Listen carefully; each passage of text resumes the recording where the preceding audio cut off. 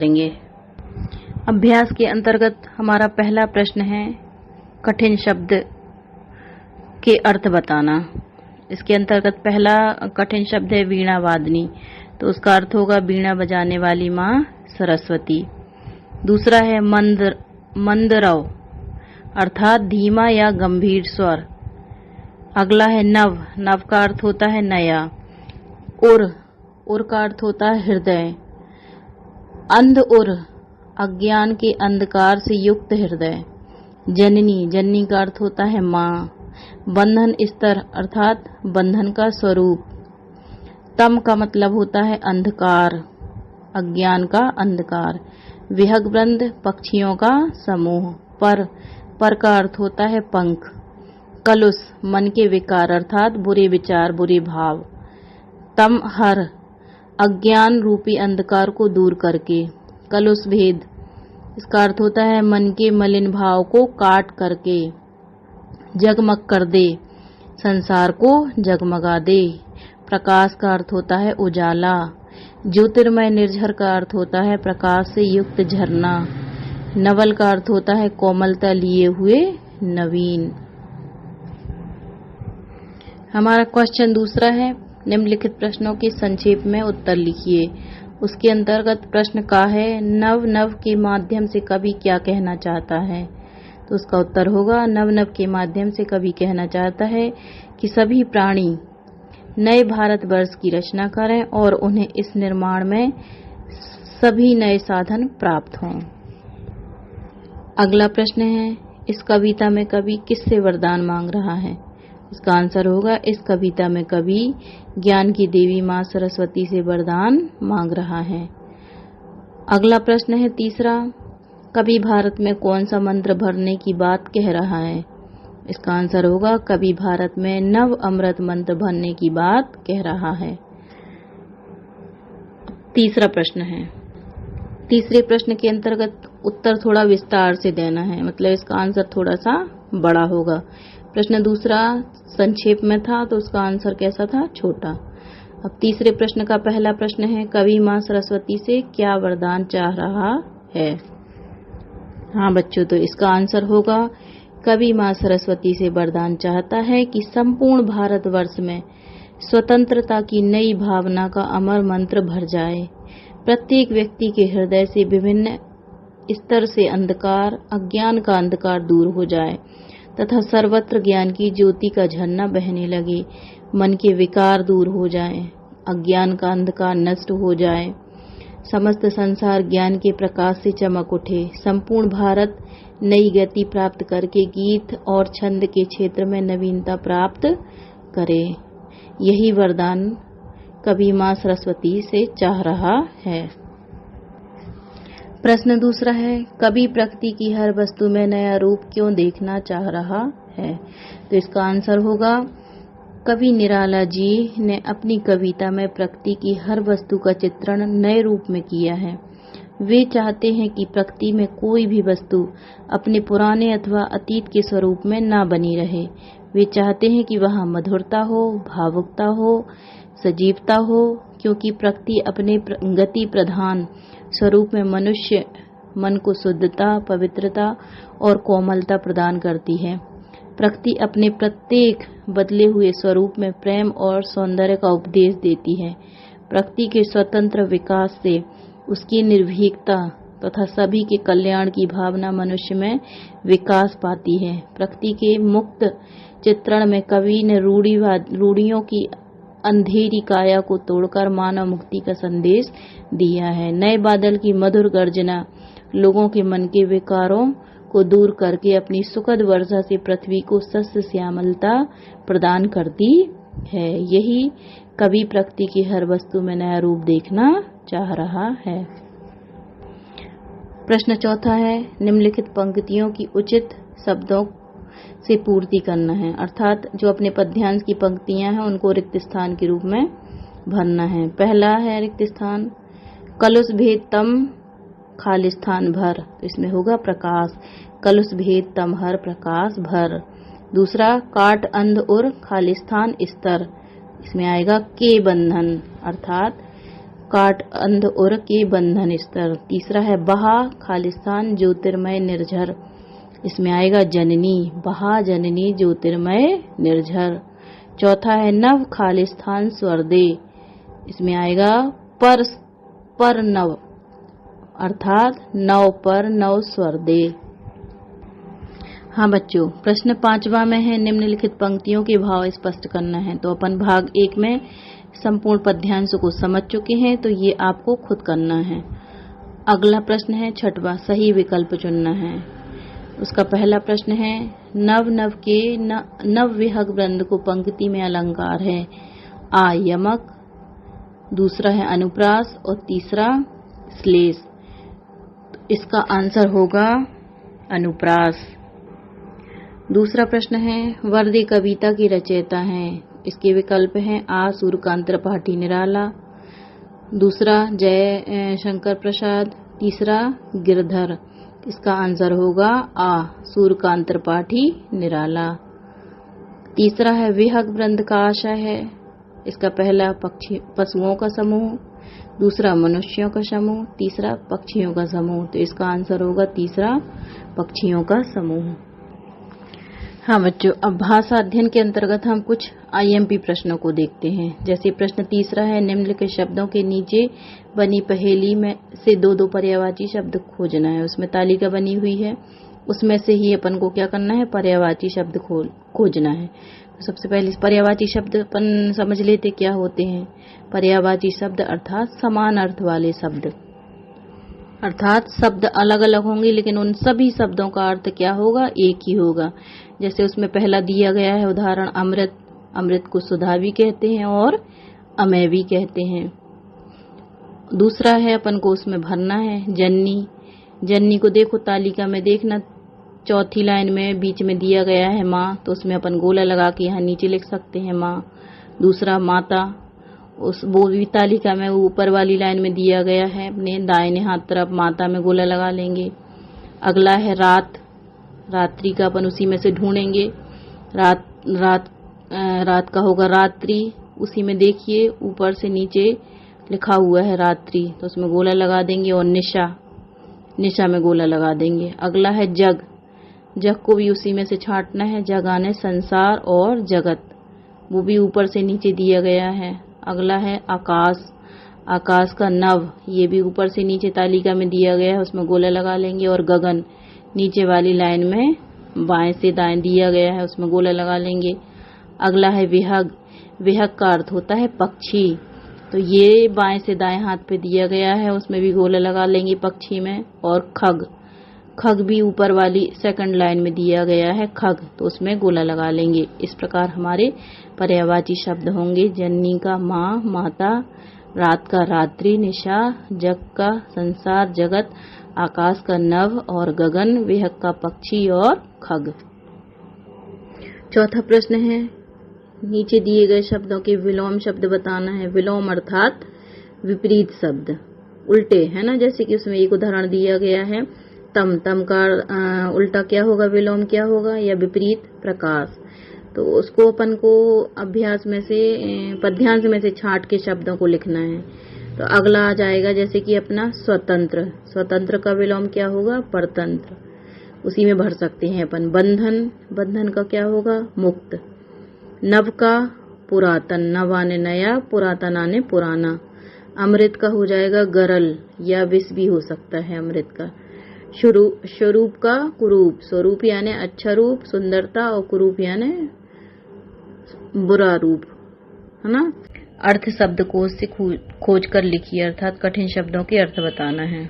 जिसमें दिया गया है पहला दुर्भाग्य, जिसका अर्थ होता है बुरा भाग्य। आत्महीनता, मन की हीन भावना। एकाग्रता, तल्लीनता। क्षमता अर्थात योग्यता। विश्वविख्यात, इसका अर्थ है संसार में प्रसिद्ध। तल्लीनता, किसी काम में दत्तचित्त हो जाना। अभंग, अटूट। सुगमता यानी आसानी। दुविधा यानी असमंजस। यथापूर्व यानी पहले की तरह। अविचल यानी स्थिर या दृढ़। सूक्ति यानी अच्छा कथन या सुभाषित। अखंड अर्थात जिसके टुकड़े ना हो सके। अटूट। मर्सिया अर्थात शोक गीत।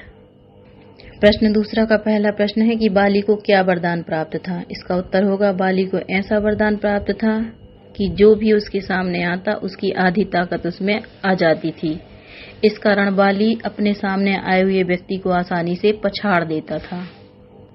हमारा अगला प्रश्न है राम बाली के सामने आकर क्यों नहीं लड़े। इसका आंसर होगा बाली को अपने शत्रु विरोधी के आधे बल को खींच लेने का वरदान प्राप्त था, अतः राम उसके सामने आकर नहीं लड़े। यह वरदान बाली को शंकर भगवान ने दिया था और राम भगवान शंकर भगवान के वरदान का सम्मान करते थे। अगला प्रश्न है कृष्ण ने महाभारत में सर्वोत्तम काम क्या किया। इसका आंसर होगा महाभारत में कृष्ण ने न्याय के साथ पांडव पक्ष का सहयोग करते हुए निर्वासित पांडवों को उनका अधिकार प्राप्त करवाया, उनमें आत्मविश्वास पैदा किया। प्रश्न तीसरा है सामने वाले की आधी ताकत अपने में खींच लेने की शक्ति हम सब में है, कैसे। इसका आंसर होगा सामने वाले की आधी ताकत अपने में खींच लेने की शक्ति हम सब में है। यह शक्ति आत्मविश्वास की है। यह शक्ति हम सबको प्राप्त है, परंतु हम सबको अपनी इस आत्म शक्ति की पहचान नहीं है और न इसका उपयोग ही हमने किया है। इस आत्मशक्ति का विकास विश्वास से होता है। हमें अपने लक्ष्य को प्राप्त करने के लिए अपनी सामर्थ्य में विश्वास पैदा करना होगा। हम अपने विरोधियों से सदा पिटते रहे, क्योंकि उनके द्वारा पीटे जाने को हमने अपने लिए अनिवार्य मान लिया।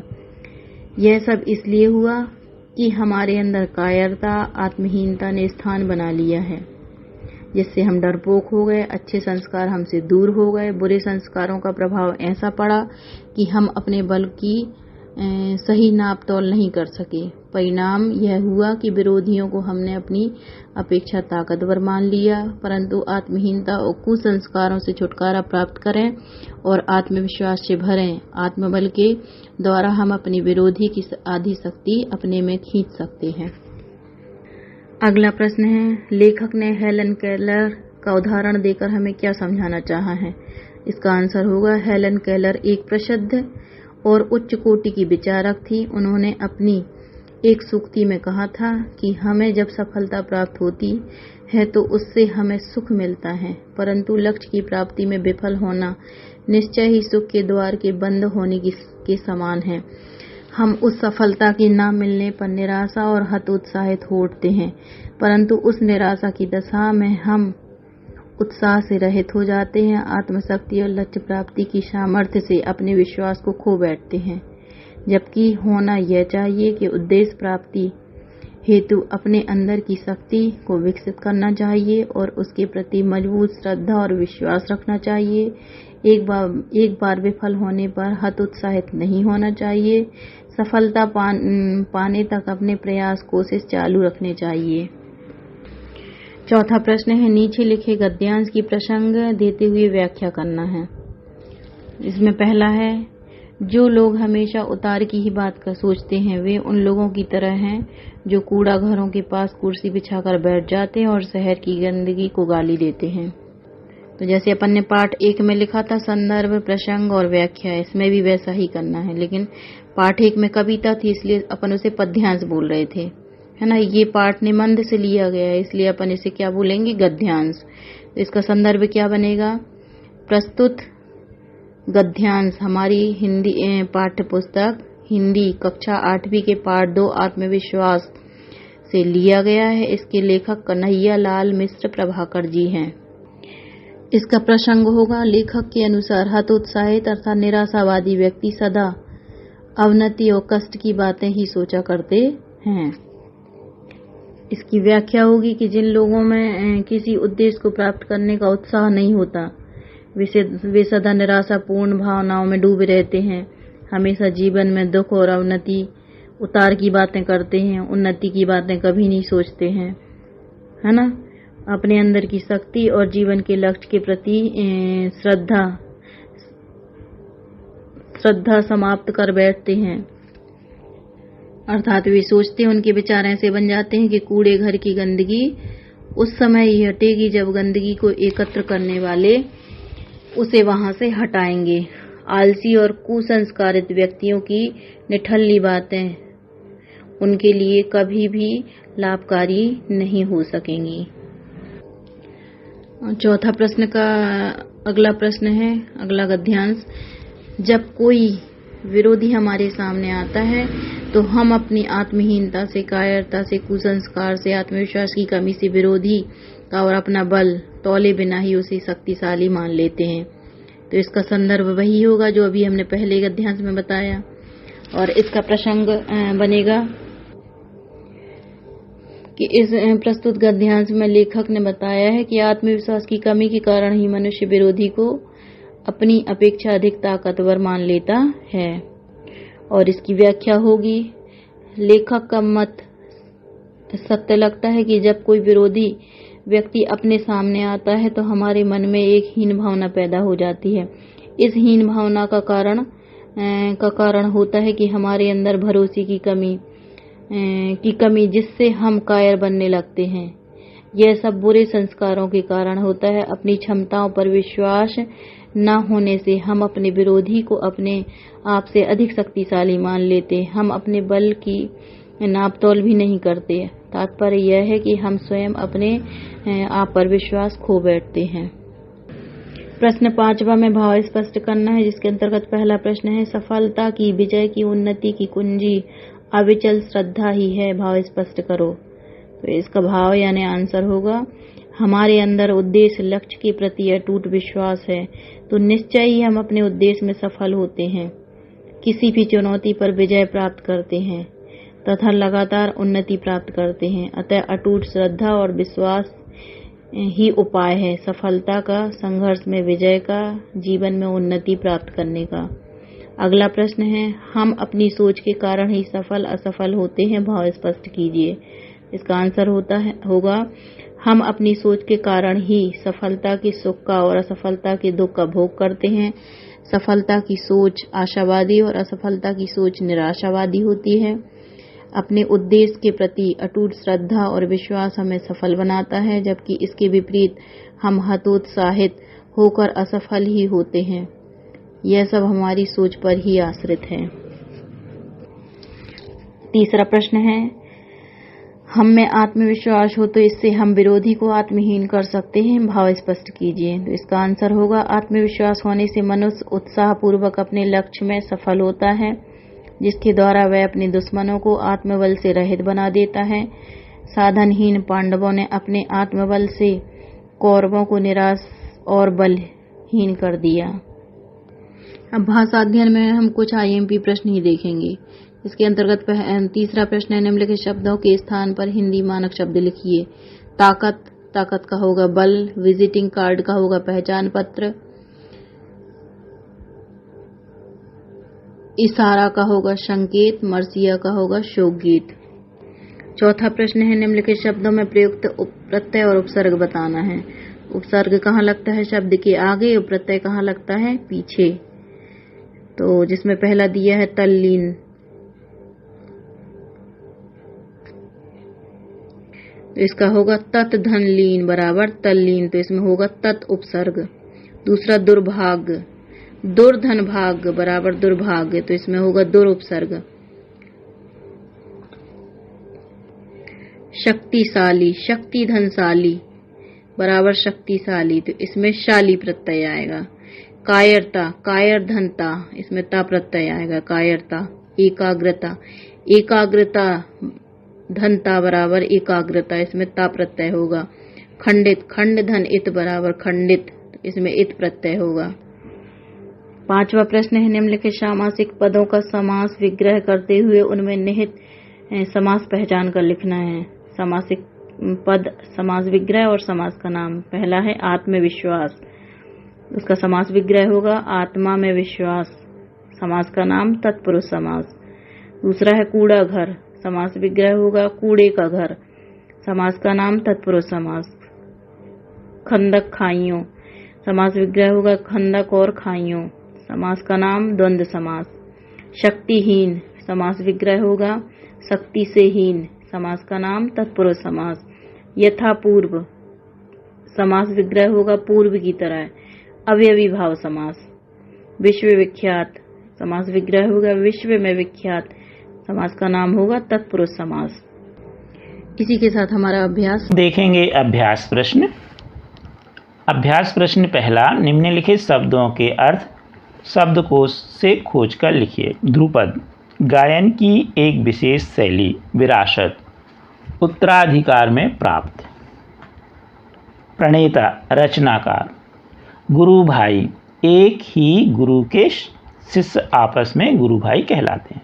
जीवांत, सजीव या हम इसे जीवित भी कह सकते हैं। प्रश्न दूसरा, निम्नलिखित प्रश्नों के उत्तर संक्षेप में लिखिए। मध्य प्रदेश का नंबर वाला, मध्य प्रदेश में कौन कौन से प्रमुख संगीतकारों ने संगीत की साधना की? तो मध्य प्रदेश में 16वीं सदी के महान गायक तानसेन, ग्वालियर के राजा मानसिंह तोमर, संतूर वादक उस्ताद अलाउद्दीन खां, कुमार गंधर्व एवं स्वर कोकिला लता मंगेशकर आदि प्रमुख संगीतकारों ने संगीत की साधना की। प्रश्न खा, मध्य प्रदेश में संगीत की राज्य अकादमी किस महान संगीतकारों के नाम से स्थापित की गई है? तो प्रख्यात संतूर वादक उस्ताद अलाउद्दीन खां की स्मृति में अलाउद्दीन खां अकादमी के नाम से मैहर में है स्थापित की गई है। ग, भारत का सर्वोच्च नागरिक सम्मान संगीत के क्षेत्र में किसे दिया गया? तो भारत का जो सर्वोच्च नागरिक सम्मान भारत रत्न संगीत के क्षेत्र में लता मंगेशकर जी को दिया गया। घ, कुमार गंधर्व का वास्तविक नाम क्या था? तो कुमार गंधर्व का वास्तविक नाम सिद्धराम कोयकली था। ड, सरस्वती किस संगीतज्ञ के गले में विराजमान मानी जाती हैं?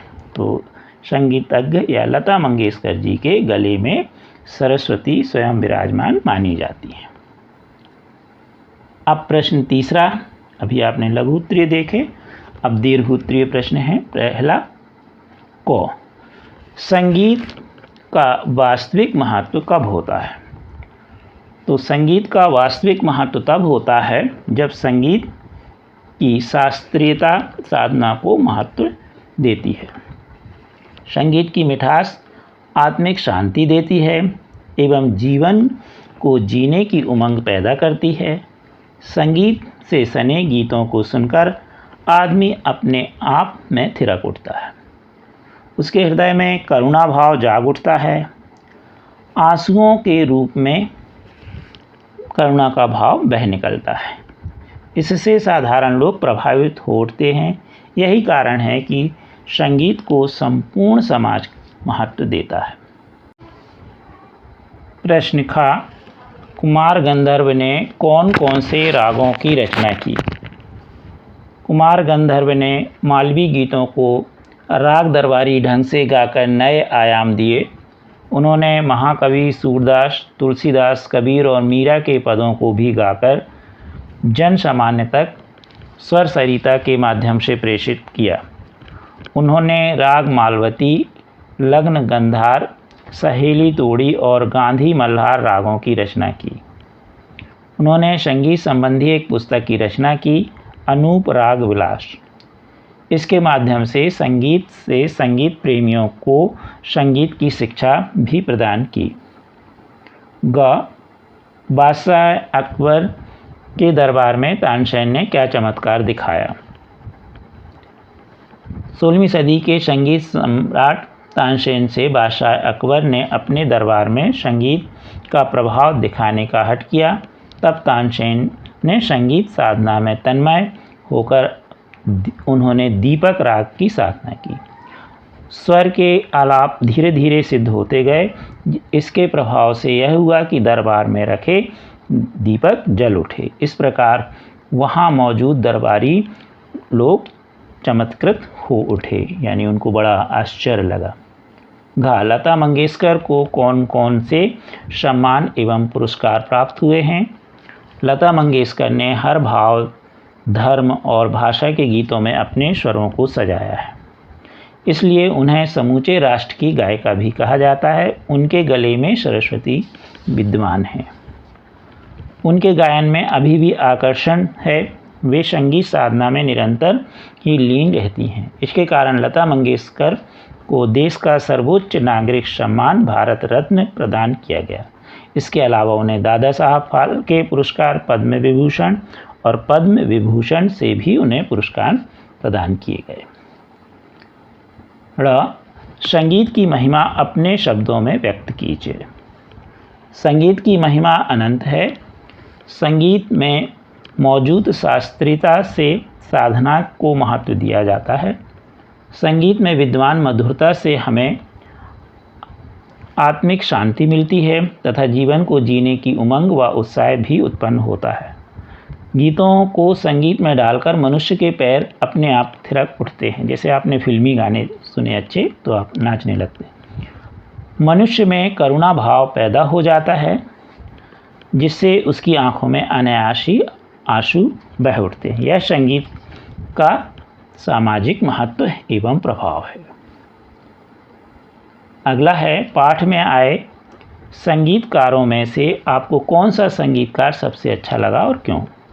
प्रस्तुत पाठ में आए संगीतकारों में सबसे अच्छी संगीतकार लता मंगेशकर हैं। उनके गीतों में स्वर इस तरह पिरोया हुआ है कि हर भाव, धर्म और भाषा अपने स्वरूप में व्यंजित हो उठती है। इसी कारण वे समूचे राष्ट्र की गायिका हैं, क्योंकि उनके गले में स्वयं सरस्वती विद्यमान हैं। लता जी की आयु बढ़ रही है इसमें लिखा है, लेकिन अब लता जी जीवित नहीं है, जैसा हम आपसे पहले बता चुके। परंतु इस मुकाम पर भी उनके गायन में आकर्षण है। इन सभी कारणों से मुझे लता मंगेशकर जी सबसे अच्छी संगीतकार के रूप में लगती हैं। आप और दूसरे के बारे में भी लिख सकते हैं। प्रश्न अगला है, चौथा, सही विकल्प चुनकर लिखिए। तानसेन के गुरु थे बैजू बावरा, स्वामी हरिदास, राजा मानसिंह तोमर, पंडित विष्णु दिगंबर पलुस्कर। तो आपको मालूम है स्वामी हरिदास। प्रख्यात संतूर वादक थे अलाउद्दीन खां, कुमार गंधर्व, तानसेन, बिस्मिल्लाह खां। तो आपको मालूम है कौन? अलाउद्दीन खां। प्रश्न 5वां, रिक्त स्थानों की पूर्ति कीजिए। बाल गायक के रूप में खाली स्थान अल्प आयु में विख्यात हो गए। तो कौन हो गए थे? कुमार गंधर्व। खाली स्थान संगीत सम्राट कहे जाते हैं। तो किसको कहते हैं? तानसेन जी को। अगला, संगीत नृत्य का अखिल भारतीय कार्यक्रम संगीतकार खाली स्थान की स्मृति में मनाया जाता है। तो किनकी स्मृति में? तानसेन की। जिस समाज में कला का स्थान नहीं वह खाली स्थान हो जाता है। तो प्राणहीन। अगला प्रश्न है 6वां, निम्नलिखित वाक्यों के रिक्त स्थानों की पूर्ति दिए गए शब्दों में से उचित शब्द छांटकर कीजिए। तो ये जो शब्द हैं इनको देख करके आपको भरना है। तानसेन ने तन्मय होकर खाली स्थान की साधना की। तो किससे? दीपक राग की। तब तो दीपक जले थे। लता मंगेशकर जी ने भारत का सर्वोच्च पुरस्कार, कौन सा पुरस्कार? भारत रत्न। तो इसमें क्या आ जाएगा? भारत रत्न प्राप्त किया। खाली स्थान तानसेन को कौन नहीं जानता? तो इसमें कौन आ जाएगा? संगीत सम्राट। तो इसमें आ जाएगा संगीत सम्राट तानसेन। तानसेन के गुरु तो आपको मालूम है कौन थे? स्वामी हरिदास। कुमार गंधर्व ने 7 वर्ष की आयु में खाली स्थान के रूप में विख्यात हुए। तो वो काय के रूप में हुए? बाल गायक के रूप में। अगला प्रश्न है गद्यांशों की व्याख्या कीजिए। तो हम यहाँ एक गद्यांश के बारे में बता दे रहे हैं। बाकी के गद्यांश आपके विषय शिक्षक बताएंगे और आप उन्हें अच्छे से समझ लीजिए। इसमें प्रसंग और संदर्भ लिखने का तरीका भी आप अच्छे से समझ लीजिए। आराधना, साधना और प्रार्थना ने संगीत को संजीवनी बनाया। अतीत से वर्तमान तक मध्य प्रदेश अपने इतिहास में संगीत के कीर्तिमान स्थापित करता चला आ रहा है। संगीत की शक्ति से दीप जलाना और वर्षा करना संगीत की साधना की विजय है। तो सबसे पहले संदर्भ, तो सभी में गद्यांश का संदर्भ एक सा रहेगा। तो एक बार संदर्भ आप लिख लें और बार बार वही आपका रिपीट हो जाएगा। तो एक बार अकेला आप लिख सकते हैं। प्रस्तुत गद्यांश हमारी पाठ्य पुस्तक भाषा भारती के मध्य प्रदेश की संगीत विरासत नामक पाठ से लिया गया है। तो ये आपका हो गया संदर्भ। अब इसमें गद्यांश में क्या बताया गया है? तो प्रस्तुत गद्यांश में लेखक ने संगीत का महत्व बताया है। तो ये हो गया आपका प्रसंग। अब इसकी व्याख्या। संगीत जीवन देने वाली औषधि के समान है। इसका प्रयोग भक्तों ने आराधना स्तुति के रूप में, साधना करने में और अपने देव की प्रार्थना करने में लगातार किया है, जिससे संगीत का विकास और विस्तार हुआ। मध्य प्रदेश भारतवर्ष का एक महत्वपूर्ण प्रदेश है। यहाँ पर बीते हुए युग से लेकर मौजूदा समय तक संगीत की साधना की गई। मध्य प्रदेश के इतिहास में संगीत की साधना एक महत्वपूर्ण घटना है और इससे संगीत के प्रशंसा का सर्वोच्च स्थान प्राप्त किया। आज भी इस क्षेत्र में संगीत का उन्नत बनाने के प्रयास किए जा रहे हैं। संगीत की साधना संबंधी प्रकाष्ठा, दीप जला देने और बादलों के घुमड़ आने तक तथा वर्षा कराने में निहित है। इस सब से लगता है कि संगीत की साधना से सर्वत्र विजय प्राप्त की जा सकती है। कृपया हम विलक्षण यानी अनोखा, अकस्मात यानी अचानक, विच्छिन्न यानी अलग किया हुआ या कटा हुआ, अभिशप्त शापित यानी शाप लगा हुआ, उत्फुल्ल यानी प्रसन्न, विषाद यानी दुख या उदासी, बुद्धिदीप्ति यानी मेधावी, तेज बुद्धि वाला, जिजीविषा यानी जीने की इच्छा, कंठगत यानी गले में आना, उत्कट यानी प्रबल, तीव्र नियति यानी भाग्य, छत विछत यानी घायल, आभा मंडित, तेज से युक्त, पटुता यानी चतुराई, ख्याति यानी प्रसिद्धि, आघात यानी प्रहार या चोट, व्यथा यानी कष्ट या रोग, नूर मंजिल यानी लखनऊ में स्थित मानसिक रोगियों का अस्पताल। प्रश्न अगला है दूसरा। निम्नलिखित प्रश्नों के उत्तर संक्षेप में लिखिए। पहला, क अपराजिता संस्मरण की लेखिका कौन है? तो अपराजित संस्मरण की लेखिका गौरापंत शिवानी है। वे हिंदी की लोकप्रिय कथा लेखिका भी हैं। ख, डॉक्टर चंद्रा की माताजी का क्या नाम है? तो डॉक्टर चंद्रा की माताजी का नाम श्रीमती टी सुब्रमण्यम है। ग, डॉक्टर चंद्रा को सामान्य ज्वर के बाद कौन सी बीमारी हो गई थी? डॉक्टर चंद्रा को सामान्य ज्वर के बाद पक्षघात की बीमारी हो गई थी, जिससे गर्दन के नीचे उनका जो पूरा अंग था वो कैसा हो गया था? अचल, निर्जीव। घ, वीर जननी का पुरस्कार किसे मिला? वीर जननी का पुरस्कार अद्भुत साहसी जननी श्रीमती टी सुब्रमण्यम को मिला, जो डॉक्टर चंद्रा की माँ थी। श्रीमती सुब्रमण्यम ने लगातार 25 वर्ष तक सही सूत्रता से अपनी पुत्री के साथ कठिन साधना की, इसलिए उन्हें वीर जननी का पुरस्कार मिला। अब देखेंगे हम प्रश्न तीसरा। लेखिका की दृष्टि में डॉक्टर चंद्रा सामान्य जनों से किन बातों में भिन्न थी? डॉक्टर चंद्रा सामान्य जनों से अनेक बातों में भिन्न थी। वह असामान्य रूप से शारीरिक अक्षमता व रोग से पीड़ित थीं। उनके शरीर का निचला धड़ शून्य था, फिर भी वे सदा प्रसन्न रहती थीं। उनके चेहरे पर कोई रेखा भी दुख की नहीं दिखती थी। तो उनके चेहरे पर दुख की कोई रेखा भी नहीं दिखती थी। उनमें अदम्य साहस था। उनकी मुखमंडल पर बुद्धि की चमक झलकती थी।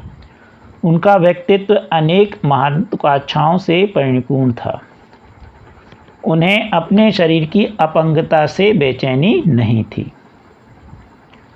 उन्होंने डॉक्टरेट की उपाधि ग्रहण की। वे कभी भी किसी से सामान्य सा सहारा नहीं चाहती थीं। उन्होंने एमएससी में प्रथम स्थान प्राप्त करके बेंगलुरु के प्रसिद्ध इंस्टीट्यूट ऑफ साइंस में अपने लिए स्पेशल सीट भी अर्जित की। बाद में शोध कार्य किया। राष्ट्रपति से गर्ल गाइड में स्वर्ण कार्ड पाने वाली वो प्रथम अपंग बालिका थी। उसमें संगीत के प्रति भी रुचि थी। प्रश्न खा, लेखिका ने जब चंद्रा को कार से उतरते देखा तो वो आश्चर्यचकित क्यों रह गईं? लेखिका ने जब चंद्रा को कार से उतरते देखा तो वो अचंभित रह गईं, आश्चर्यचकित रह गईं। क्यों? कार का द्वार खुला। एक प्रौढ़ा ने उतरकर पिछली सीट से व्हीलचेयर निकालकर सामने रख दी।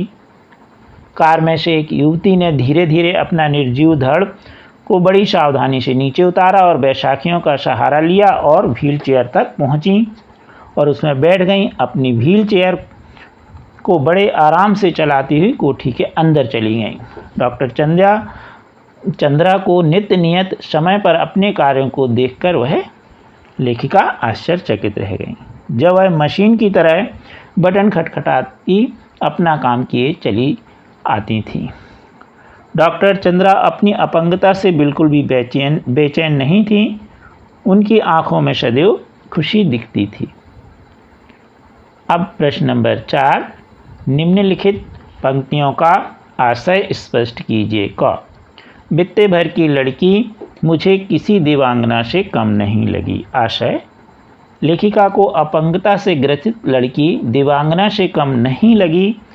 उसके चेहरे पर अद्भुत कांति थी, उसमें बुद्धिबल और आत्मनिर्भरता थी, यद्यपि वह शरीर से बहुत छोटी थी। ख, मैडम मैं चाहती हूँ कि कोई मुझे सामान्य सा भी सहारा ना दे। आशय, उस छोटे से आकार की अपंगता से ग्रस्त बालिका ने लेखिका से कहा कि वह नहीं चाहती कि कोई भी व्यक्ति उसको थोड़ा सा भी सहारा दे। वह स्वावलंबी बनकर रहना चाहती थी। गा, चिकित्सा ने जो खोया वह विज्ञान ने पाया। ये IMPS को जरूर कर लीजिए। लेखिका का कथन सही है क्योंकि चिकित्सा ने डॉक्टर चंद्रा की अपंगता को ठीक नहीं किया, जबकि विज्ञान के क्षेत्र में डॉक्टर चंद्रा ने अनेक सफलताएं प्राप्त की। डॉक्टर चंद्रा ने BSc और MSc के प्रथम श्रेणी में उत्तीर्ण की और डॉक्टर सेठना के निर्देशन में 5 वर्ष कार्य करते हुए PhD की उपाधि प्राप्त की। विज्ञान के क्षेत्र में अपना अमूल्य योगदान दिया। घ, बुद्धिदीप्त आँखों में अदम्य उत्साह, प्रतिफल प्रतीक्षण, भरपूर उत्कट जिजीविषा और फिर कैसी कैसी महत्वाकांक्षाएं। लेखिका के अनुसार डॉक्टर चंद्रा की आँखों से ही उनकी बुद्धि का तेज झलकता था। उनमें कभी ना रुकने वाला उत्साह था। उन्हें किए गए कर्मों के फल के प्रति प्राप्ति में विश्वास था।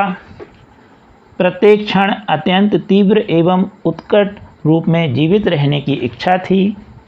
इस पर भी उनके अनेक महत्वाकांक्षाएं थीं। अब गद्यांशों की व्याख्या देखेंगे। कुछ गद्यांशों की व्याख्या हमने दी है, कुछ आपके विषय शिक्षक करा देंगे।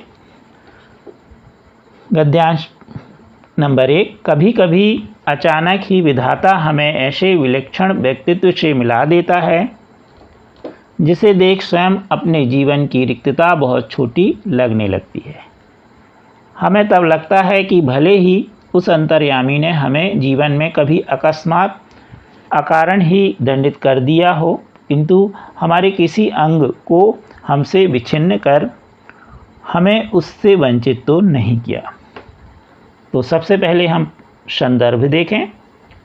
प्रस्तुत गद्यांश हमारी पाठ्यपुस्तक भाषा भारती के पाठ अपराजिता से लिया गया है।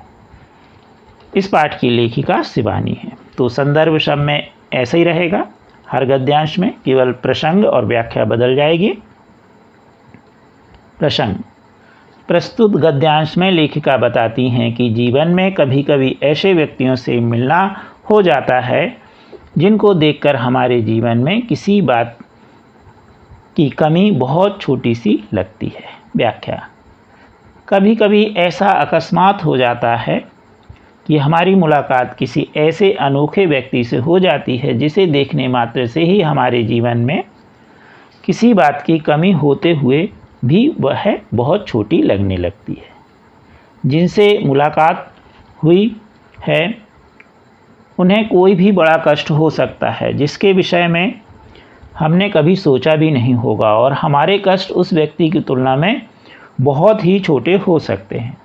ईश्वर हमें अचानक ही किसी भी प्रकार का कष्ट देकर हमें कभी भी दंड दे सकते हैं जिसका कोई कारण नहीं भी हो सकता। तब ईश्वर की फिर हम बड़ी कृपा समझते हैं कि जिन्होंने हमारे शरीर के किसी अंग को काट कर के हमें उससे रहित नहीं किया है। दूसरा गद्यांश। इसके भयानक अभिशाप के बावजूद मैंने कभी विधाता से यह नहीं कहा कि प्रभु इसे उठा लो, इसके इस जीवन से तो मौत भली है। मैं निरंतर इसके जीवन की भीख मांगती रही, केवल सिर हिलाकर यह इधर उधर देख भर सकती थी, ना हाथों में गति थी ना पैरों में भी। मैंने आशा नहीं छोड़ी। एक आर्थोपेडिक सर्जन की बड़ी ख्याति सुनी थी, वहीं ले गई। अब संदर्भ तो पूर्व की तरह रहेगा।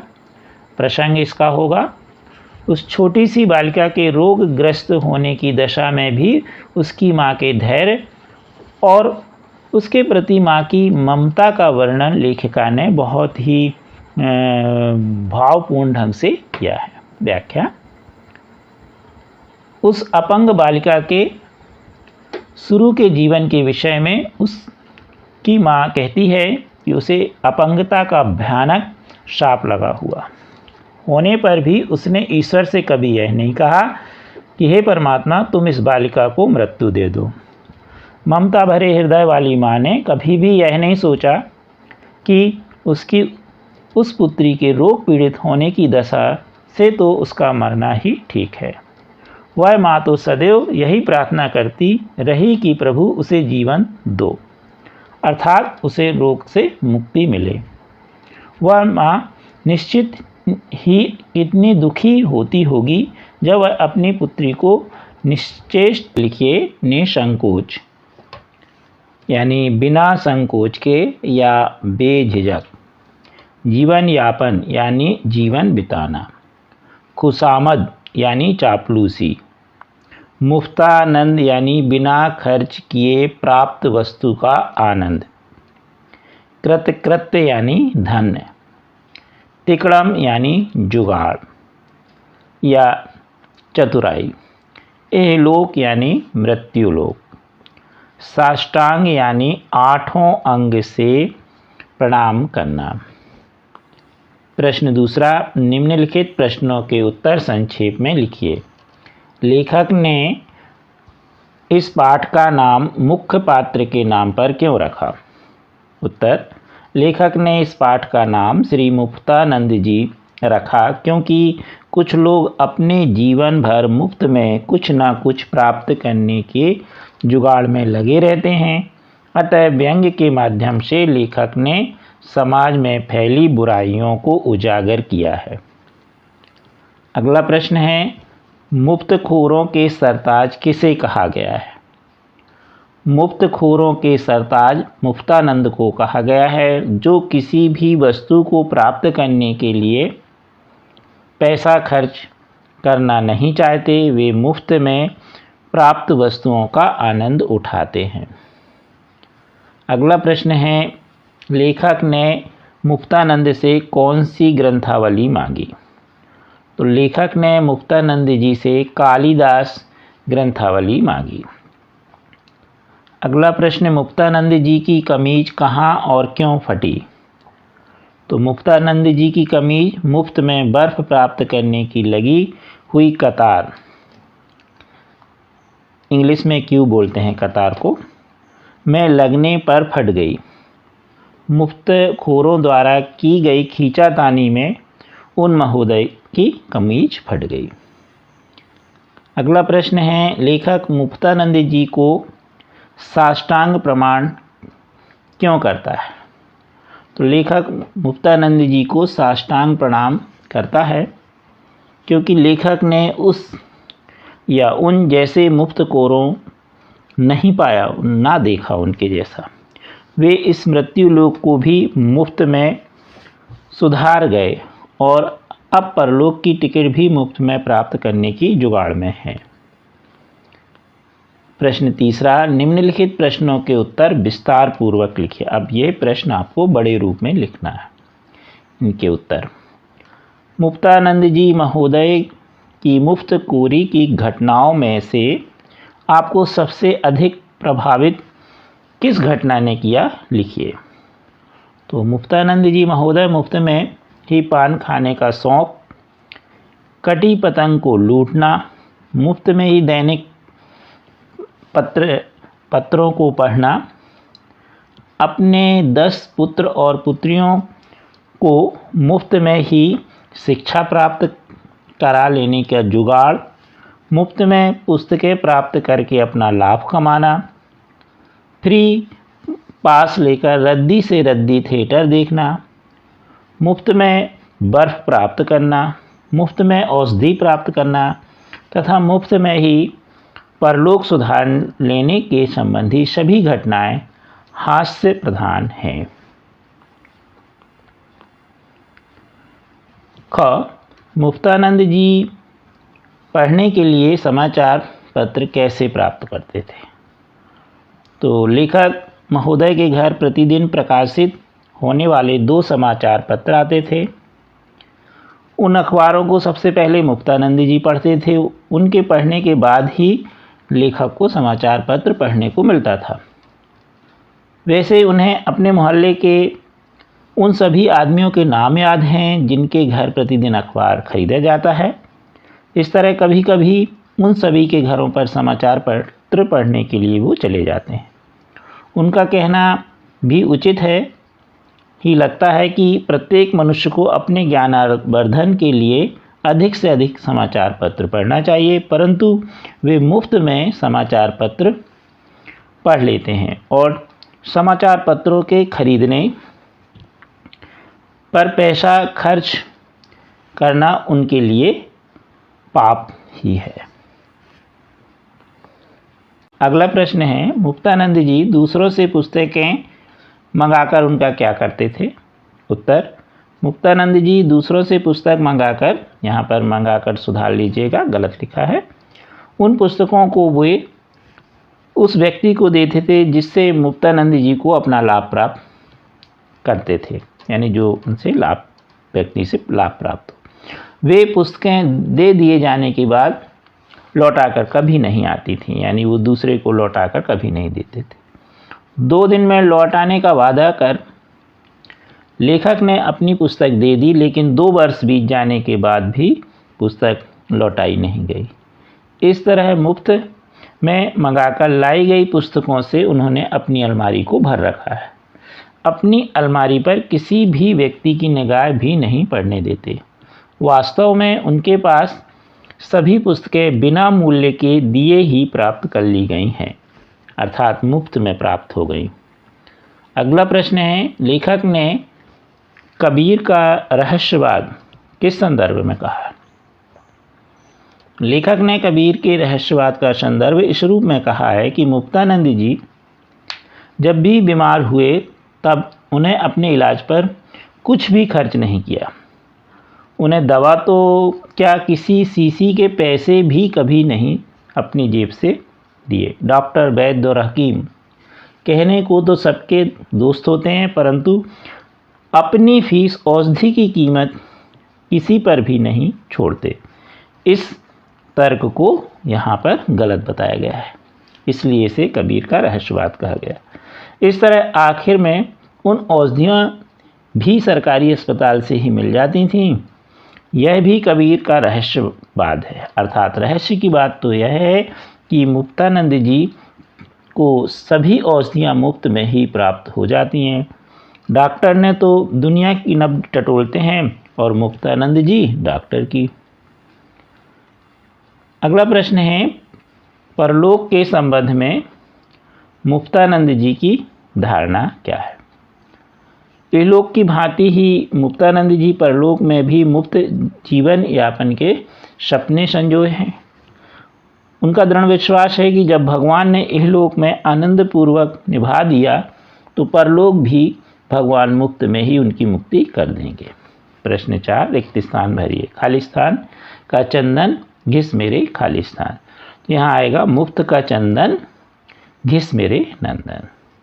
अगला है माले खाली स्थान दिल दिले खाली स्थान। तो यहाँ पर आएगा माले मुफ्त दिले बेरहम। अब गद्यांशों की व्याख्या कीजिए। अगला प्रश्न है, पहला गद्यांश है, मुफ्त का चंदन घिस मेरे नंदन ब्रजभाषा की लोकोक्ति है। श्री मुक्तानंद जी इसके ज्वलंत उदाहरण हैं। शौक सब करेंगे, पान का भी शौक जान पहचान वाले की जेब से ही होता है। आप पान खा रहे हैं, आपसे नमस्कार किया और पान पर हाथ बढ़ाया। यदि आप ट्रेन में सफ़र कर रहे हैं तो किसी अजनबी से भी निसंकोच रूप से अपने आवश्यक शौक पूरा कर लेते हैं। अब संदर्भ है, प्रस्तुत पंक्तियाँ हमारी हिंदी की पाठ्यपुस्तक के पाठ श्री मुक्तानंद जी से मिलिए से ली गई हैं। इसके लेखक डॉक्टर बरसाने लाल चतुर्वेदी हैं। प्रसंग, इन पंक्तियों में लेखक ने चतुर्वेदी जी ने ऐसी पंक्तियों पर व्यंग किया है जो बिना मूल्य दिए हैं उपभोग की विभिन्न वस्तुओं का आनंद लेते हैं। यानी बिना मूल्य दिए वो व्यक्ति अपने उपभोग की वस्तुओं से आनंद प्राप्त करते हैं। व्याख्या, ब्रज भाषा में ब्रज के लोगों द्वारा एक कहावत कही जाती है जिसका अर्थ है धन के खर्च के बिना ही यदि चंदन प्राप्त हो रहा हो तो उसे मेरे पुत्र जोरदारी से घिसता चले। तो वही है कि मुफ्त का चंदन घिस मेरे नंदन, यानी मुफ्त का चंदन है तो अपने पुत्र से क्या कहा जा रहा है कि जोरदार घिसते रहो। इस प्रसिद्ध उदाहरण के लिए श्री मुक्तानंद जी का नाम लिया जाता है। ये महानुभाव सभी प्रकार के शौक पूरे करते हैं परंतु उनके लिए एक भी पैसा खर्च नहीं करते। वे पान खाने के शौकीन हैं परंतु इसके पूर्ति परिचित लोगों के जेब से ही करते हैं।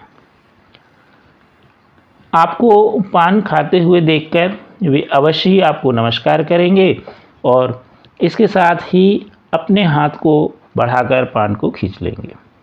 यदि किसी अवसर पर मुक्तानंद जी रेलगाड़ी से यात्रा कर रहे हैं, उस रेलगाड़ी में कोई अपरिचित व्यक्ति भले ही सहयात्री हो तब भी बिना किसी संकोच के अपने शौक को पूरा कर लेंगे जिसे वे आवश्यक समझते हैं। अगला गद्यांश है, मेरे घर 2 दैनिक पत्र रोजाना आते हैं। मुझे उनकी प्रसादी तभी मिल पाती है तब श्री मान मुक्तानंद जी भोग लगा लेते हैं। मोहल्ले में कौन कौन लोग अखबार मंगाते हैं उनकी नामावली उन्हें कंठस्थ है। समय समय पर सब पर कृपा करते हैं। उनका कथन है कि प्रत्येक मनुष्य को अपने ज्ञानवर्धन के लिए अधिक से अधिक समाचार पत्र पढ़ने चाहिए किंतु पैसा खर्च करके समाचार पत्र पढ़ने वे पाप समझते हैं। तो संदर्भ पूर्वी की तरह है और इसका प्रसंग भी वही है जो आपने पूर्व में पढ़ा कि बिना पैसे अर्थात मुफ्त में अपनी वस्तुएं प्राप्त कर आनंद प्राप्त करना या उन वस्तुओं का उपयोग करना। इसलिए यहाँ पर प्रसंग भी पूर्व की तरह हो जाएगा। अब व्याख्या देखें, धन खर्च किए बिना वस्तु प्राप्त करके उसके आनंद को लेने वाले व्यक्ति पर व्यंग कसते हुए व्यंग्यकार बरसाने लाल चतुर्वेदी जी बताते हैं कि उनके घर प्रतिदिन निकलने वाले 2 समाचार पत्र रोजाना ही आते हैं परंतु वे उन्हें तभी पढ़ पाते हैं जब मुक्तानंद जी सबसे पहले पढ़ लेते हैं अर्थात भोग लगा लेते हैं। उनके पढ़ने के बाद ही मुझे समाचार पत्र पढ़ने का अवसर प्राप्त होता है, प्रसादी यानी उसके बाद। श्री मुक्तानंद जी मोहल्ले भर के उन सभी लोगों के नाम उनको मालूम है जिनके घर अखबार आता है क्योंकि वे सभी के यहाँ समाचार पत्र पढ़ लेते हैं। इनका यह कथन है कि मनुष्य को अधिक से अधिक अखबार पढ़ने चाहिए क्योंकि ऐसा करने से मनुष्य के ज्ञान की वृद्धि होती है परंतु समाचार पत्र पैसे से खरीद कर पढ़ने को वो उचित नहीं मानते। वस्तु की खरीद पर पैसा खर्च। अब देखेंगे हम पाठ्य अंतर्गत अभ्यास प्रश्नों के उत्तर। प्रश्न पहला, निम्नलिखित शब्दों के अर्थ शब्दकोश से खोज कर लिखिए। पंक्षी, पंक्षी यानी पक्षी, कूप यानी कुआं, मधुकर यानी भौरा, तजी यानी छोड़कर, अधम यानी नीच, धनुज यानी राक्षस या दानव, घन यानी बादल, चकोरा यानी चकोर पक्षी, चकवा चकवी जिसे बोलते हैं, पूंजी यानी धन, छाड़ी यानी छोड़कर, छेरी यानी बकरी, अम्बुज यानी कमल, उधारे यानी उधार किया और बास यानी सुगंध। अब हम देखेंगे प्रश्न दूसरा, निम्नलिखित प्रश्नों के उत्तर संक्षेप में लिखिए। सूर्य के मन को कहाँ सुख प्राप्त होता है? तो सूरदास जी के मन को सुख भगवान श्री कृष्ण के चरण की भक्ति में ही प्राप्त होता है। अगला है, अधम का उद्धारक कौन है? तो अधम का उद्धारक भगवान राम है।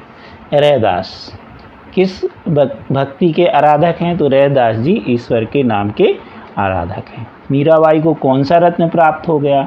तो मीराबाई को राम रतन प्राप्त हो गया, यानी राम रतन यानी भगवान कृष्ण की भक्ति प्राप्त हो गई। अगला है प्रश्न तीसरा, निम्नलिखित विकल्पों में से सही उत्तर चुनिए। प्रभु जी तुम चंदन हम पानी, और फिर आगे डैश डैश है। तो ये किसकी पंक्तियां हैं? तो ये किसकी पंक्तियां हैं? 4 दिए हैं, तो ये रैदास जी की पंक्तियां हैं। अगला है, तुलसीदास जी की भक्ति निम्नलिखित में से किस भाव की है? तो तुलसीदास जी की भक्ति दास भाव की है। अगला है, ब्रजभूमि में किसकी झड़ियाँ कुंज अधिक मिलती हैं? तो यहाँ पर करील की। अगला है, निम्नलिखित रचनाकारों में किसके संबंध राजस्थान से है? तो मीराबाई जी। अगला प्रश्न चौथा है, निम्नलिखित प्रश्नों के उत्तर विस्तार से लिखिए। जहाज का पंक्षी किस बात का प्रतीक या आशय स्पष्ट करता है? तो जहाज का पक्षी भगवान कृष्ण रूपी जहाज स्थल के दूर या समीप होने की जानकारी देने वाला पक्षी रूपी भक्त है। यानी जो भक्त हैं वो कहते हैं कि मैं भक्त हूँ, और जो भगवान कृष्ण हैं वो क्या हैं? समुद्र में जहाज के रूप में हैं। जिस तरह समुद्र से यात्रा करने वाले जहाज से ज़मीन किधर है और कितनी दूर है इसकी जानकारी नहीं लेने के लिए पक्षी को छोड़ा जाता है, जब वह ज़मीन नहीं मिलती तो वह लौट करके उसी पर वापस आ जाता है। यदि ज़मीन दूर या समीप होती तो पक्षी उस दिशा में उड़ते हुए चले जाते थे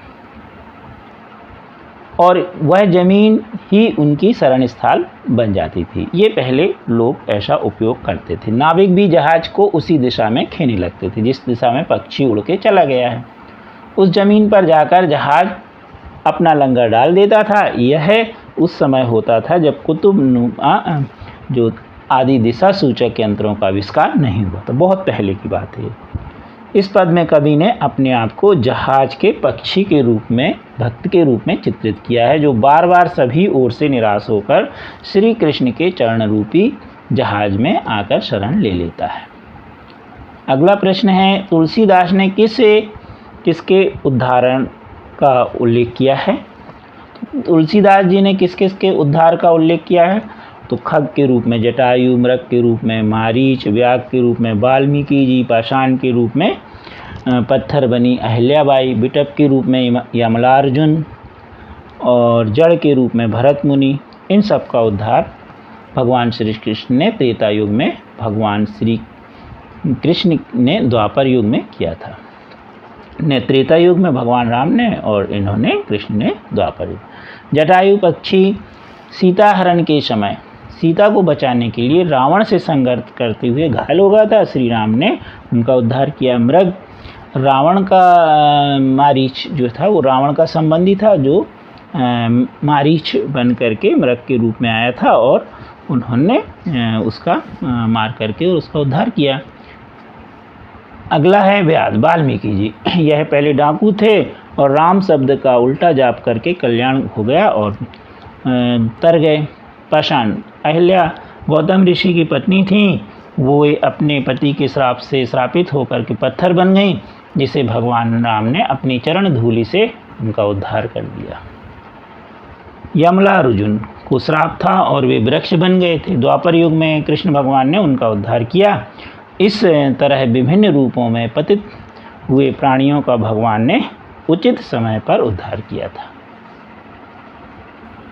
अगला है रैदास ने भगवान से अपने संबंध स्थापित करते हुए किस किस से अपने को जोड़ा। तो रैदास जी ने अपने को कई तरह से, उन्होंने भगवान को चंदन, धन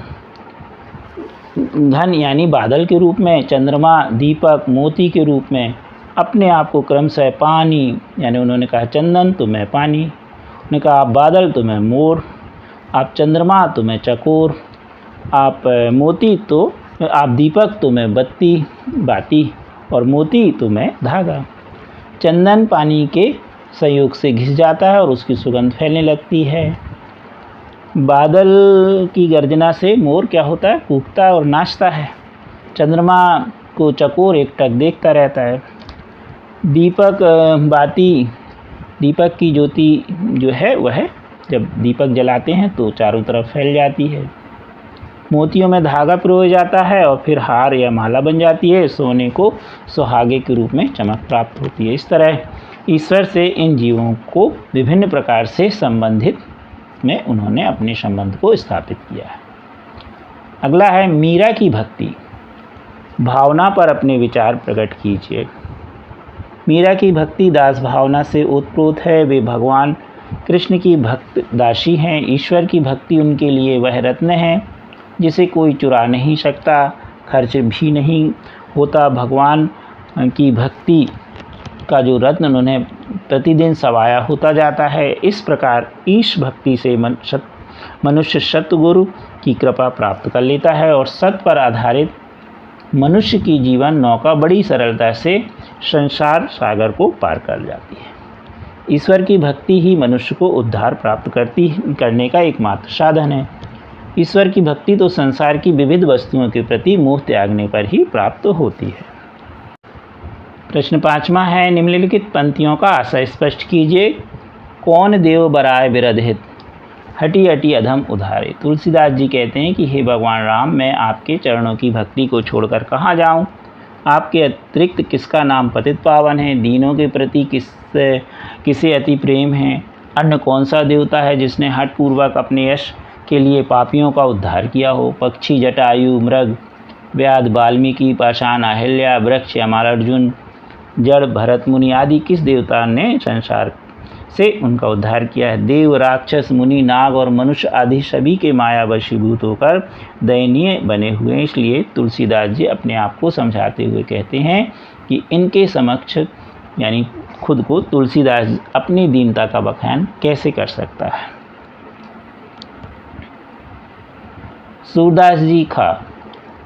सूरदास जी प्रभु कामधेनु तजी छेरी कौन दुहावे।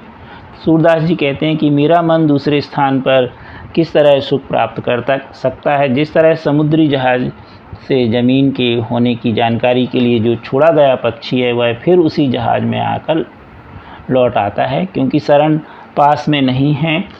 उसी जहाज की तरह जो सूरदास जी हैं वह भी उसी जहाज पर शरण प्राप्त कर लेता है। तो उस पक्षी की तरह यह मेरा मूर्ख मन श्री कृष्ण को छोड़कर किसी दूसरे देव को ध्यान क्यों करता है। महान पुण्यशाली पवित्र गंगा को छोड़कर मूर्ख और कुबुद्धि मनुष्य ही कुआं खोदने की बात सोचते हैं। जैसे भौरे ने कमल के पराग का पान कर लिया है तो वह करील के फल को कैसे चखेगा। सूरदास जी वर्णन करते हैं कि कामधेनु को छोड़कर बकरी दुहने का विचार कौन करता है। तात्पर्य यह है कि भगवान श्री कृष्ण को छोड़कर हे मन, तू किसी दूसरे देव की आराधना करने का विचार ही क्यों करता है। यदि तू ऐसा करता है तो निश्चय ही तू बड़ा मूर्ख है, उचित और अनुचित के भेद को नहीं जानता है। प्रश्न 6वां, निम्नलिखित पंक्तियों का संदर्भ सहित भाव स्पष्ट कीजिए। का प्रभु जी तुम चंदन हम पानी, जाकी अंग अंग बास समानी। तो संदर्भ है प्रस्तुत पद हमारी पाठ्य पुस्तक भाषा भारती के भक्ति के पद से लिया गया है। इसके कवि रैदास जी हैं। प्रसंग, कवि रैदास जी ने इस पद में बताया है कि वे दास भाव की भक्ति करते हैं। व्याख्या। हे प्रभु जी, तुम सुगंधित चंदन हो तो मैं पानी हूँ। चंदन की सुगंध जल के साथ मिलकर के उसमें समा जाती है, उसी तरह हे प्रभु तुम्हारी भक्ति में मेरा अंग अंग डूबा हुआ है। अगला प्रश्न है इसी का खा। पायो जी मैंने राम रतन धन पायो, वस्तु अमूलक दी मेरे सतगुरु, कृपा कर अपनायो। जन्म जन्म की पूंजी पाई, जग में सभी खुआयो, खर्च नहीं कोई चोर न लेवे, दिन दिन बढ़त सवार। तो जो संदर्भ है इसमें वही ज्यों का त्यों कि प्रस्तुत पंक्तियाँ हमारी पाठ्य पुस्तक भाषा भारती के पाठ भक्ति के पद से लिया गया है। इस पद की कवित्री मीराबाई, यहाँ मीराबाई हैं। प्रसंग, मीराबाई भगवान कृष्ण की भक्ति करती हैं, वह उनके यश का गान बहुत ही हर्षपूर्वक करती हैं। वो कहती हैं कि मैंने राम रूपी रतन धन प्राप्त कर लिया है, मेरे श्रेष्ठ गुरु ने मुझे इस बेशकीमती वस्तु को प्रदान किया है, मेरे गुरु ने बड़ी ही कृपा करते हुए मुझे अपना लिया है। इस तरह मैंने प्रत्येक जन्म की पूंजी प्राप्त कर ली है, जन्म जन्म की पूंजी। संसार संबंधी सभी को मैंने धन सहित खो दिया है, छोड़ दिया है। यह भक्ति रूपी संपत्ति बहुत ही अजब है, जिसे किसी भी तरह खर्च नहीं किया जा सकता, कोई चोर नहीं चुरा सकता, और यह भक्ति रूपी धन प्रतिदिन ही सवाया बढ़ता जाता है, यानी ब्याज सहित बढ़ता जाता है। सवाया मतलब 100 के 125 हो जाएं तो सवा हो गए, इस तरह हर बार वह सवाया। अब हम देखेंगे अभ्यास प्रश्न उत्तर। पहला प्रश्न है निम्नलिखित शब्दों के अर्थ शब्दकोश से खोजकर लिखिए। बंदिनी महिला कैदी को कहा जाता है, निष्काम बिना स्वार्थ के लिए या बिना किसी कामना के। कृष्णत्व कालापन, श्याम रंग, घर्षण या जिसे घिसावट कहते हैं, रगड़ भी बोलते हैं, घिसना भी बोलते हैं। नगण्य यानी तुच्छ, किसी गणना में जो योग्य उसको न माना जाए। नुस्खा, वैद्य या हकीम द्वारा रोग दूर करने के लिए लिखी गई औषधि का पर्चा। पूता, संख्या जानना, तौल भी बोलते हैं उसको, का अंदाज लगाना। तृण यानी तिनका, और कोमल यानी घास, कोमल तृण। प्रश्न दूसरा है निम्नलिखित प्रश्नों के उत्तर संक्षेप में लिखिए। भेड़ाघाट जबलपुर से कितने मील दूर है? तो भेड़ाघाट जबलपुर से 13 मील दूर है। गौरी शंकर मंदिर किसने बनवाया था? तो गौरी शंकर मंदिर त्रिपुरी राजघराने के महाराज करणदेव की महारानी अल्हणा देवी ने संवत 1155 या 1156 विक्रमी संवत में बनवाया। इस प्रकार इसका निर्माण 850 वर्ष पूर्व किया गया। दूध धारा किसे कहते हैं? तो दूध धारा संगमरमरी चट्टानों पर से जब नर्मदा का जल बहता है तो वह घर्षण के कारण धुआंधार झरने से पानी गिरता है तो वह दूध जैसा दिखाई पड़ता है, इसलिए उसे दूध धारा कहते हैं। भेड़ाघाट घूमने कौन गया था? तो भेड़ाघाट घूमने के लिए लेखक स्वयं गए हुए थे। सौंदर्य के क्षण क्षण पर बदलती सी लगती थी उनको सौंदर्य उनका भेड़ाघाट का। इसके किनारे मंदिर और धर्मशालाएं हैं। भेड़ाघाट की छोटी सी पहाड़ी पर गौरी शंकर मंदिर है। रात्रि के सन्नाटे में दूध धारा का घर घर शब्द गौरी शंकर मंदिर में स्पष्ट सुनाई देता है। यह सर्वत्र ही प्रकृति की सुंदरता का साम्राज्य है। भेड़ाघाट पर नर्मदा के दोनों ओर किस प्रकार की चट्टानें बनी हैं? तो नर्मदा के दोनों ओर संगमरमर की चट्टानें बनी हुई हैं। प्रश्न तीसरा निम्नलिखित प्रश्नों के उत्तर विस्तार पूर्वक लिखिए। पहला प्रश्न है नर्मदा नदी के प्राकृतिक सौंदर्य का वर्णन अपने शब्दों में लिखो। तो इसमें आपको अपने प्रत्येक बच्चे को अपने अनुसार नर्मदा जी के सौंदर्य के बारे में, प्राकृतिक सौंदर्य के बारे में लिखना है। यदि आप वहाँ घूमने गए थे तो और अच्छे से आप लिख सकते जो जो आपको वहाँ दिखाई दिया, नहीं तो पाठ के अनुसार लिख दीजिए। प्रश्न इसी का है खा। जबलपुर में भेड़ाघाट के अतिरिक्त कौन कौन से घाट हैं? वे भेड़ाघाट की तरह आकर्षक क्यों नहीं लगते? तो लेखक ने भेड़ाघाट देखा, वहाँ की सुंदरता का प्रभाव लेखक के मन पर बहुत ही अधिक था। उसने सबसे पहले ग्वारी घाट, तिलवारा घाट भी देख लिया था। इन स्थानों की प्रकृति भी कम सौंदर्यमय नहीं थी। यहाँ की चट्टानें भी सतपुड़ा के शिखर की गौरव थी। इन प्राकृतिक उपदानों में उनकी विशालता ही शोभा थी, जिसके महत्व को कहीं नहीं आंका जा सकता। दूधधारा और धुआंधार भी अपने प्राकृतिक सौंदर्य की आभा को बिखेर रही थी। इन्हीं शिखरों के मध्य गौरी शंकर और 64 योगिनी का मंदिर है। नर्मदा के किनारे वाले बीहड़ जंगलों के मध्य इन मंदिरों का निर्माण करना भी अपने आप में एक ऐतिहासिक सच्चाई है। लेखक को इन सभी स्थलों की सुंदरता ने प्रभावित तो किया, परंतु उसके ऊपर भेड़ाघाट की सुंदरता का जो उनको मंत्रमुग्ध कर दिया, तो वह ज़्यादा उनको चमत्कारी लगा। अगला प्रश्न है, लेखक द्वारा की गई भेड़ाघाट यात्रा का वर्णन कम से कम 100 शब्दों में लिखिए। तो लेखक को सन 1914 में भेड़ाघाट देखने का अवसर मिला। भेड़ाघाट जबलपुर से 13 मील की दूरी पर है। वह आधे घंटे में मीरगंज स्टेशन पर पहुंच गए। उस समय रेलगाड़ी की यह गति बहुत तेज मानी जाती थी। उस स्टेशन पर 2-3 अंग्रेज अपने खानसामे के साथ भी भेड़ाघाट जाने के लिए मीरगंज स्टेशन पर उतरे। नर्मदा नदी के भेड़ाघाट तक जाने में उस समय कच्ची सड़क थी। नर्मदा नदी अमरकंटक से निकलती है। नर्मदा का प्रवाह 800 मील दूर तक बहता है, परंतु भेड़ाघाट अमरकंटक जो उद्गम स्थान है जहाँ से निकली है नर्मदा जी, वहाँ से 144 मीटर की दूरी पर है। मुर्की और लोकेश्वर के बीचों बीच भेड़ाघाट स्थित है। यह वह स्थल है जहाँ किसी युग में भृगु ऋषि ने तपस्या की थी। यहाँ संगमरमर की चट्टानें निर्मल और सुंदर हैं। वहाँ की गंभीरता को प्रदर्शित करती हैं। ऐसा लगता है मानो कि ऋषि आज भी वहाँ तपस्या में लीन है। इन चट्टानों के ऊपर कोमल घास उगी हुई है। चंद्रमा की चांदनी में यह चमक उठती है और सूरज की तपिश में तप उठती है। बरसात में घना अंधकार सब ओर छा जाता है। लेखक को यहाँ के सौंदर्य ने बहुत अधिक प्रभावित किया। लेखक ने गौरी शंकर और 64 योगिनी के मंदिर को भी देखा। इसके समीप ही दूधधारा को देखकर लेखक बहुत चमत्कृत हो उठे। इस सब की घर घर और मरमर की आवाज़ अभी भी लेखक के कानों में गूंजती हुई प्रतीत हो रही है। प्रश्न चौथा है, सही विकल्प चुनकर लिखिए। सतपुड़ा का घना जंगल कहाँ स्थित है? उत्तर प्रदेश, आंध्र प्रदेश, मध्य प्रदेश या बिहार? तो इसका उत्तर है मध्य प्रदेश। धुआंधार प्रपात किस नदी के जल के किनारे बनता है? नर्मदा, गंगा, यमुना, ताप्ती? तो इसका उत्तर है नर्मदा। भेड़ाघाट की पहाड़ी पर कौन सा मंदिर बना है? गणेश, महादेव, गौरी शंकर या सीताराम? तो उत्तर है गौरी शंकर। पल पल पलटती भेष, छल की छन छन छवि धरती, ये पंक्तियाँ किस कवि की हैं? तो माखनलाल चतुर्वेदी जी, श्रीधर पाठक जी, शिवमंगल सिंह सुमन, सूर्यकांत त्रिपाठी निराला? तो इसमें है श्रीधर पाठक जी की।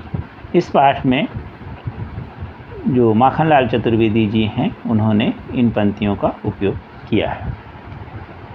प्रश्न 5वां, निम्नलिखित पंक्तियों का आशय स्पष्ट कीजिए। बैल को अपने खूंटे पर ही अच्छा लगता है। अगला है, नर्मदा चाहे कितनी भी मर करे वह मरती नहीं है। अगला है, जन सेवा के लिए नीचे गिरना स्वीकृत करते हुए उन्हें शोभा धाम के ऐसे ही हाथ संभाल लिया करते हैं। तो बैल को अपने खूंटे पर ही अच्छा लगता है।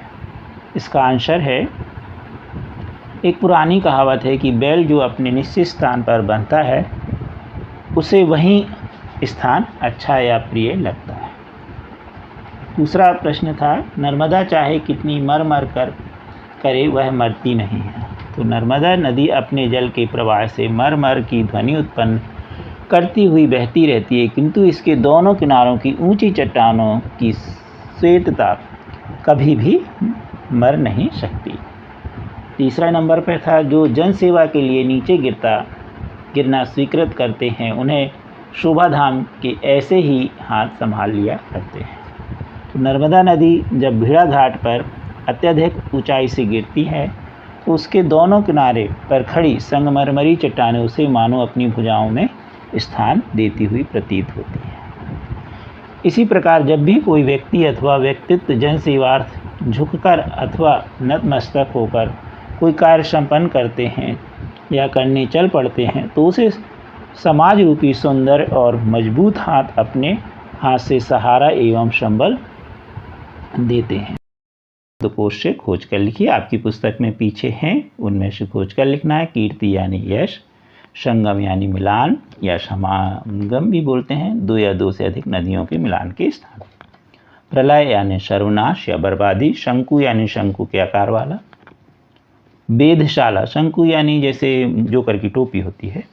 वेधशाला यानी तारों और नक्षत्रों के अध्ययन के लिए बनी प्रयोगशाला, शोधशाला। धारणा यानी मत। प्रख्यात यानी प्रसिद्ध। घृणित यानी घृणा करने योग्य। पद्धति यानी ढंग।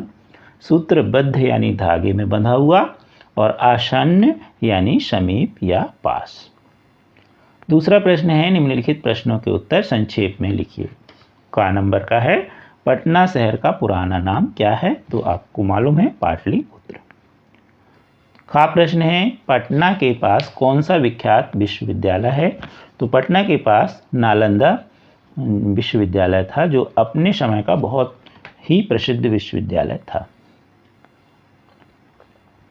गा है, पटना के पास किन किन नदियों का संगम हुआ? तो गंगा, सोन और गंडक नदियों का। वेधशाला किसे कहते हैं? गा नंबर का है। वेधशाला में तारामंडल और नक्षत्रों की गति का अध्ययन किया जाता है। यह एक प्रयोगशाला ही होती है जिसमें ज्योतिषी ग्रहण आदि के लगने और समाप्त होने के समय की भविष्यवाणी करते हैं। भट्ट शब्द का आशय क्या है? तो भट्ट का शब्द का आशय योद्धा होता है। 4 नंबर पर है, आर्यभट्टी पुस्तक के कौन कौन से 4 भाग हैं? तो 4 भाग हैं। पहला है 10 गीतिका, दूसरा गणित, तीसरा काल क्रिया, चौथा गोल। आर्यभट्टी पुस्तक संस्कृत भाषा में रचित है और इसकी रचना पद्मात्मक है। 6 नंबर पर है, आर्यभट्टी के ताड़पत्र पोथियों की खोज किस विद्वान ने की? तो महाराष्ट्र के डॉक्टर भाऊ दाजी ने 1864 में की थी। यह मलयालम लिपि में लिखी हुई थी। उन्होंने ही इनका विवरण प्रकाशित किया था। अगला प्रश्न है तीसरा, निम्नलिखित प्रश्नों के उत्तर विस्तार पूर्वक लिखिए। बड़े प्रश्न। पहला प्रश्न है, पाटलिपुत्र नगर से दूर आश्रम में ज्योतिषी और विद्यार्थी क्यों एकत्रित हुए थे? तो पाटलिपुत्र नगर से दूर आश्रम में ज्योतिषी और विद्यार्थी एकत्रित हुए थे। यह आश्रम टीले पर था। वहाँ बड़ी चहल पहल थी। यह आश्रम भी कुछ भिन्न प्रकार का ही था। टीले पर बसे इस आश्रम का लंबा चौड़ा आंगन था। उस आंगन में तांबे, पीतल और लकड़ी से निर्मित अनेक तरह के यंत्र रखे हुए थे। उनमें से कुछ यंत्र गोलाकार थे, कुछ कटोरे जैसे और कुछ वर्तुलाकार तथा कुछ शंकु के आकार के थे। वास्तव में यह एक वेधशाला थी। इन यंत्रों के आसपास कितने ही ज्योतिषी बैठे हुए थे।